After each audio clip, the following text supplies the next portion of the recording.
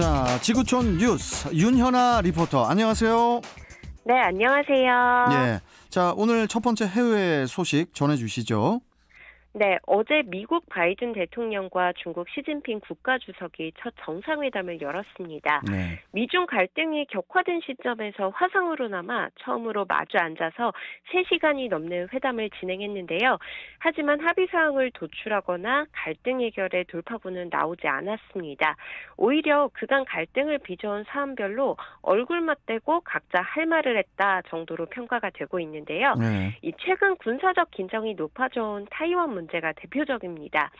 바이든 대통령은 하나의 중국 정책을 지지한다면서도 타이완의 현상 변경이나 이 지역의 평화를 해치는 일방적인 노력에는 강력히 반대한다고 말했습니다. 타이완 독립을 지지하지는 않지만 중국이 군사적인 위협을 가할 경우 맞서겠다는 의지를 천명한 겁니다. 또 중국이 민감하게 반응해온 신장, 티벳, 홍콩에서의 인권 침해, 또 중국의 불공정한 무역을 짚으면서 광범위한 우려를 표명했다고도 밝혔습니다. 네. 미국의 입장에 대해서 중국 반응이 또 어땠을지 궁금하네요. 네, 시진핑 중국 국가주석은 이 타이완 문제만큼은 그동안에도 단호한 발언을 해왔었는데요. 이번에도 다르지 않았습니다. 바이든 대통령이 사실상 타이완을 무력 통일하는 데 반대한다고 밝히자 시 주석은 그건 타이완 측의 태도에 달렸다고 반박했습니다. 시진핑 주석은 최선을 다해서 평화 통일의 비전을 이루려고 하겠지만 만약 타이완의 독립과 분열 세력이 도발하고 또 심지어 레드라인을 넘으면 어쩔 수 없이 단호한 조치를 취할 것이라고 경고했습니다. 또 무역 문제를 놓고도 팽팽한 신경전을 벌였는데요. 시 주석은 중미 무역의 본질은 서로에게 이익이 되는 것이라면서 무역 문제를 정치화하지 말아야 한다. 또 중국 기업들의 길을 중단해야 한다고도 지적을 했습니다. 자, 그러면은 두 정상 간에 공감대가 형성된 그런 내용 같은 건 없었나요? 네, 치열한 공방 속에 서로 협력이 가능한 분야도 논의됐는데요.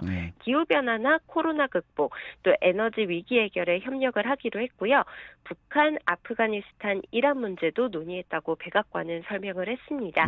또 첫 정상회담에서 일단 극한 대립을 피해야 한다는 공감대를 형성한 것은 나름의 성과로 볼 수 있겠는데요. 하지만 주요 쟁점에 대한 이견을 좁히는 것이 쉽지 않다는 점 역시 확인할 수 있는 자리였다고 평가가 됩니다. 알겠습니다. 자, 다음은 트래블 버블과 관련된 소식이네요. 네, 미국과 캐나다, 또 영국, 프랑스 같은 유럽 20여 개 나라와 관광지로 유명한 몰디브는요, 백신을 맞은 우리 국민이 격리 없이 여행할 수 있는 곳들입니다. 반대로 이들 나라에서 한국에 오면 격리를 거쳐야 되는데요. 우리나라와 격리 면제 여행 권역, 그러니까 이 트래블 버블 협정을 맺은 사이판과 싱가포르는 이 절차가 면제가 됩니다. 이번 주 월요일이었죠. 지난 15일부터 싱가포르와 자유롭게 오가게 됐는데 첫 외국인 단체 관광객이 우리나라 땅을 밟았습니다.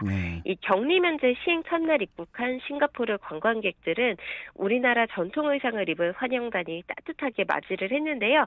이게 코로나19 유행 이후 1년 반 만에 단체 관광객의 입국입니다. 트래블 협정을 맺은 국가의 관광객들의 입국 절차를 살펴보면 곧바로 공항 검사소로 가서 진단 검사를 받는데요. 이 백신 접종 여부는 협정에 따라 별도의 확인 절차 없이 싱가포르가 발급한 증명서로도 인정이 됩니다. 이번에 입국한 현지 여행사 관계자들과 언론인 등으로 구성된 싱가포르 시범관광단은 이 진단 검사 결과가 나오는 대로 수도권과 강원 지역의 한류 연계 관광지를 둘러볼 예정입니다. 또 어제부터는 여행사를 통한 일반 단체 관광객이 입국을 시작했는데요. 앞으로 이렇게 매일 항공기 2편이 관광객을 태우고 싱가포르를 오갈 예정입니다. 알겠습니다. 자, 다음 소식 전해주세요. 네, 미국의 유명 어린이 프로그램 소식을 전해드리려고 하는데요. 무려 52년의 역사를 가진 세서미 스트리트입니다. 이 이름이 낯서신 분들도 계시겠지만 이 캐릭터를 보면 아 얘네구나 하고 아시는 분들 많으실 텐데요. 이 빨간색의 복슬복슬한 털에 주황색 주먹코를 가진 엘모라는 캐릭터와 이 파란색 털에 동글동글하고 튀어나온 눈이 귀여운 쿠키몬스터라는 캐릭터가 이 전 세계적으로 유명한 프로그램입니다. 이 프로그램에서 다가오는 25일에 첫 아시아계 캐릭터를 등장시키는데요. 이름은 지영이고요. 자기 정체성을 분명하게 드러내는 한국계 미국인 소녀입니다. 아, 한국 이름이네요. 그러니까 지영이. 네, 맞습니다. 이 지영이는 전자기타 연주와 스케이트보드를 타는 것이 취미고요. 또 할머니와 함께 만든 음식을 친구들과 같이 나눠 먹는 것을 좋아하는 캐릭터로 설정이 됐습니다. 이 지영이라는 캐릭터가 이렇게 역사 있는 어린이 프로그램에 등장하게 된 계기는 최근 아시아계 미국인에 대한 혐오 범죄 증가 때문인데요. 이 제작진들은 유색인종 차별이 잘못된 것이라는 것을 어릴 때부터 가르치기 위해서 이 지영이를 만들었다고 설명을 했습니다. 캐릭터 연기 역시 한국계 인형술사인 캐슬린 킴이 맡았는데요. 어린이들이 지영이를 통해서 인종차별이 무엇인지를 인식하고 또 인종차별에 대해 반대한다고 당당히 말할 수 있도록 하는데 기여하고 싶다고 소감을 밝혔습니다. 이 세서미 스트리트의 새 캐릭터 지영이는 피부색과 언어 또 출신을 이유로 차별하는 사람들에게 침묵하지 않고 행동하는 모습을 보여줄 것이라고 말했습니다. 한편 이렇게 어린이 프로그램의 첫 아시아계 캐릭터가 한국계로 설정이 된 건요. 최근 높아진 한국 문화의 위상이 반영된 결과라는 평가도 나오고 있습니다. 좋네요.